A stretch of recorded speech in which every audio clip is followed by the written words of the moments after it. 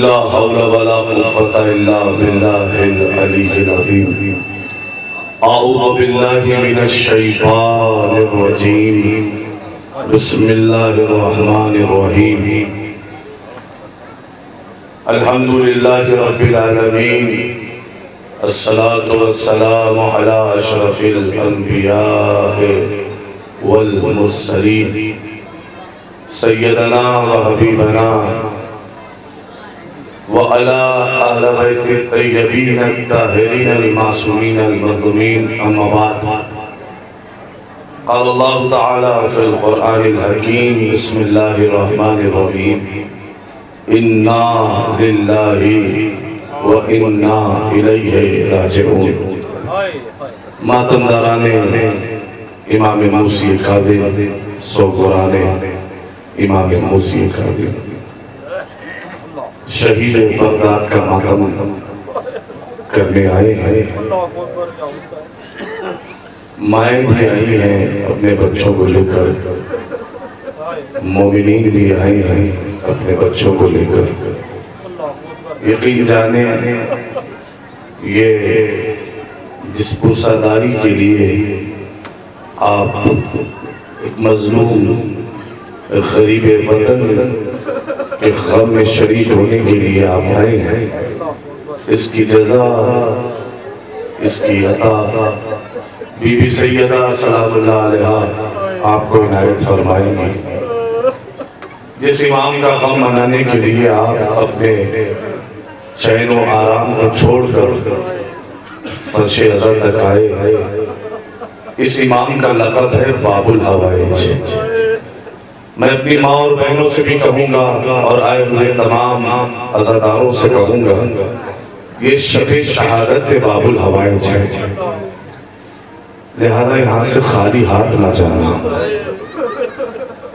آنکھوں میں امام کی مظلومیت کو سن کر اگر آنسو آ جائے تو پھر اپنی حاجتوں کو بھی امام کے سامنے رکھ دینا، اور جب دعا مانگنا تو اس سلیقے سے مانگنا کہ تمام مومنین مومنات کو اپنی دعاؤں میں بھول نہ جانا۔ اپنی اولاد کے لیے دعا مانگو، مومنین مومنات کے لیے دعا مانگو، اپنے گھر والوں کے لیے دعا مانگو، رشتہ دار احباب کے لیے دعا مانگو، لیکن خصوصی دعا ان کے لیے ضرور مانگ کر جانا جن لوگوں نے کئی دنوں سے اس غم کا اہتمام کرنے میں مصروف رہے، جو جس طریقے سے بھی دام درہم سخن قدمیں غریب بغداد، غریب امام، مظلوم امام، مسموم امام کا غم برپا کرنے کا اہتمام کرنے میں مصروف تھے، ان کے لیے دعائیں ضرور مانگ کر جانا۔ آئندہ انشاءاللہ اگر زندہ رہے تو اس سے بہتر طریقے سے غم کا اہتمام کیا جائے گا، فرش کا اہتمام کیا جائے گا۔ عزاداران مظلوم امام موسی کاظم علیہ السلام، آپ کو پتا ہے شروع سے آپ مصائب سنتے ہوئے چلے آ رہے ہیں۔ میں زیادہ وقت نہیں لوں گا، ایک روایت پڑھتا ہوں اور مصائب تمام کر دوں گا۔ یہ تقریر جو اندھیرا ہے، جہاں سامعین کے چہرے نہیں دکھ رہے ہیں، کیا آپ کو ایسا نہیں لگ رہا ہے کہ شام غریبہ کا ماحول بنا ہوا ہے؟ یہ جو شب ہے نا، یہ شام غریبہ سے کم نہیں ہے۔ آپ محسوس کریں جس کے 19 بیٹے ہوں اور اس کا لاش بغداد کے پل پر تنو تنہا پڑا رہے، جس کے 19 بیٹے ہوں اس کا جنازہ، جس کے 4 بیٹے ہوتے ہیں، اللہ آپ کی آوازوں پر رحمت نازل فرمائے۔ لیکن جملہ سننا، جس باپ کے 4 بیٹے ہوتے ہیں نا، بہت خوش ہوتا ہے کہ چاروں بیٹے کاندھا دیں گے، لیکن ہائے رے غربت امام موسی کاظم، 19 بیٹے ہوتے کے بعد امام کو کاندھا دینے کے لیے مزدوروں کو بلوایا گیا۔ سن لیا زداروں؟ اب ایک روایت سن دو اور تقریر تمام ہو جائے گی۔ مدینے میں ایک شاعر رہتا تھا، اس کا نام تھا ابو العطا۔ یہ ابو العطا مولا کا چاہنے والا تو تھا، لیکن اتنی معرفت نہیں رکھتا تھا، زیادہ معرفت نہیں تھی اسے۔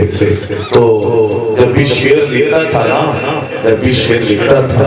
بھیا تھوڑا سا ایگو کم کر دو، جب بھی شعر لکھتا تھا نا، دنیاوی شعر لکھتا تھا، غزل لکھتا تھا، لوگوں کی خوشنودی کے لیے لکھتا تھا۔ لیکن جب اسے سمجھ میں آیا تو اس نے دنیاوی شعر لکھنا بند کر دیا، اس نے غزل لکھنا بند کر دیا، یہ صرف اور صرف خالص ہو گیا اپنے امام کے لیے۔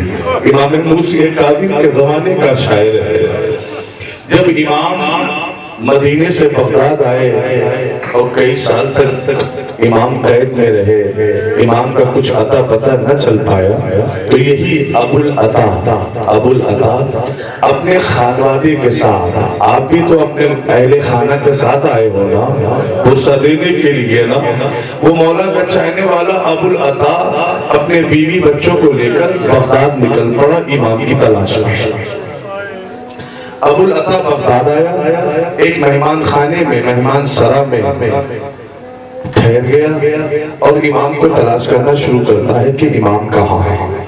اسی اثنا میں بادشاہ کے سپاہیوں نے آ کر بتایا بادشاہ سے کہ ہم نے مدینے کا مشہور شاعر بغداد میں دیکھا ہے۔ بادشاہ وقت کہتا ہے کہ ابو العطا تو مدینے کا رہنے والا ہے نا، تو پھر بغداد میں کیا کر رہا ہے؟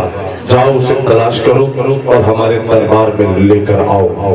ابو العطا کو تلاش کیا گیا، دربار میں لایا گیا۔